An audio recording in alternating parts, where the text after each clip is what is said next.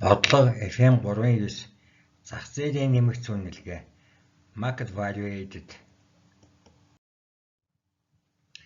зах зээлийн нэмэгдсэн үнэлгээ компани хувьцаа хөрөнгө Capital Common Equity 500 сая төгрөг нэг хувьцааны үн Market Stock Price 60 төгрөг зах зээлийн нэмэгдсэн үнэлгээ Market Value Added 130 сая төгрөг гаргаж эргэлтэнд оруулсан хувьцааны тоо хэдвэ?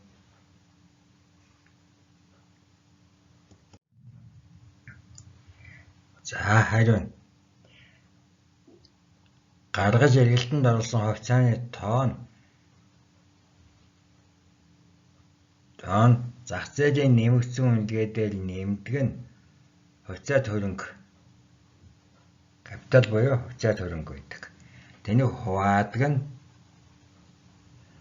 нэгж хувьцааны зах зээлийн үн. За тэгэхээр одоо тоонуудаа орлуулъя.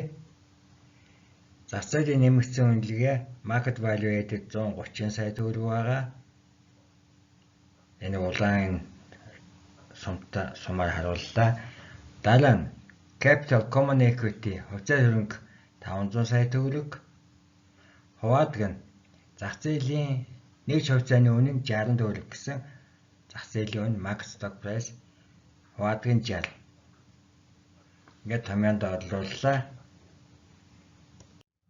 Тэгэхээр 10.5 сая ширхэг хувьцаа эргэлтэнд оруулсан байна гэсэн үг. Өөрөөр хэлбэл 10 сая 500 мянган ширхэг хувьцаа.